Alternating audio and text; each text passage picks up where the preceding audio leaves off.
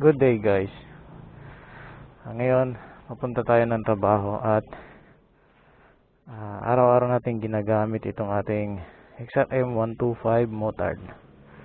So, dahil papunta na rin tayo, medyo hindi naman talaga malayo yung galing dito sa amin papunta dun sa aming trabaho.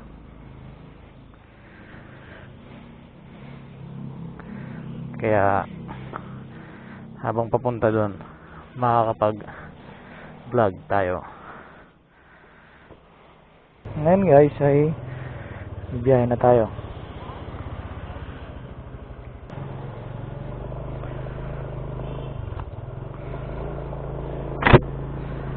Kung pag-uusapan yung mga negative at mga positive tungkol sa motor na ito guys, mas marami pa rin yung masasabi nating mga positive compare doon sa negative. So kung ikaw ay isa sa nagmamay-ari ng ganitong motor, siguradong agree ka dyan.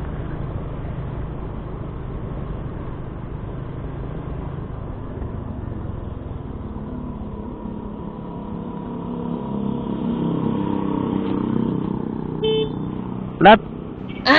Flat.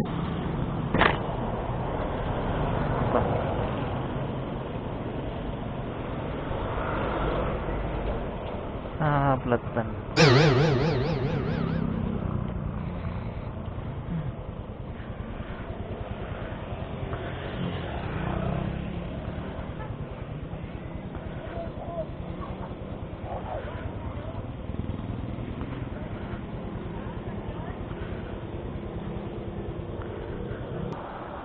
Hindi talaga may iwasan minsan yung mga ganitong mga pangyayari guys, no? Aga-aga. So natamaan ng bakal, parang alambre yung ating gulong, kaya ganyan yung nangyari. So dati meron tayong inilagay na tire sealant dito pero hindi naman umubra.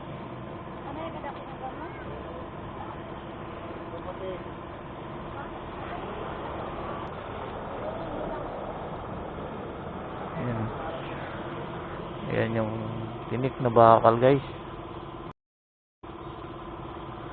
Ang malaki.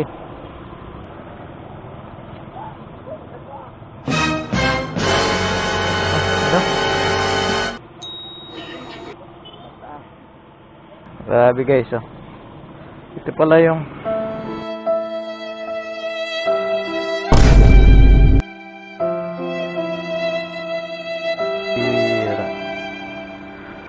A few minutes later.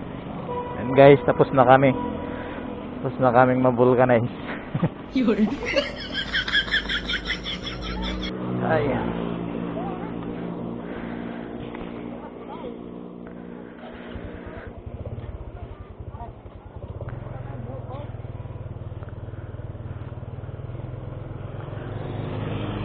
Talaga natin may iwasan yung mga ganyang mga pangyayari, lalo na pag bumibiyahe tayo.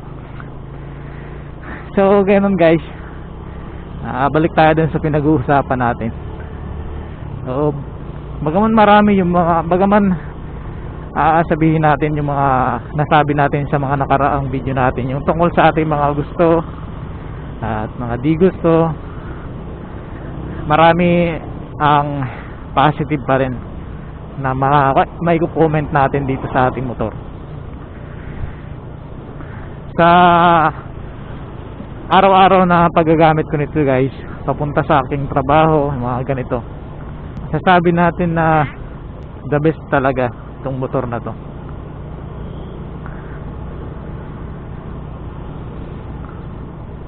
Yan. Dito na yung maraming mga baka na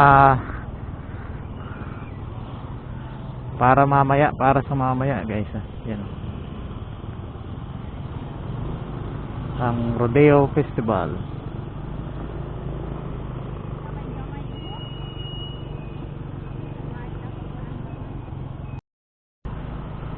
Sa mga katulad ng dito sa city na ginagamit natin itong motor, yung ganitong design na motard ay talaga namang sulit. So medyo nawala tayo dun sa pinag-uusapan natin kanina, guys. Ay, simula ng ginamit ko itong motor na to, nakakatatlong flat na ako. So ganun talaga, kasi ginagamit natin to sa daanan eh. Hindi maiwasan na meron mga madadaanan tayong ganon, yung mga hindi naman natin nakikita.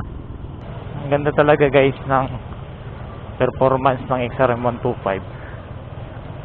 Yung pakiramdam na nagde-drive ka, pero parang napakagaan ng yung pakiramdam. Yung bang parang hindi ka nabibigatan, hindi ka nahihirapan, kasi napakagaan kasi i-maniobra ng XRM 125 sa mga ganitong medyo matraffic. Tapos malakas pa yung kanyang arangkada. So ganito lang, halos 5 minuto lang nga, guys, yung biyahe galing dun sa bahay namin papunta dito sa pinagtatrabahuan ko.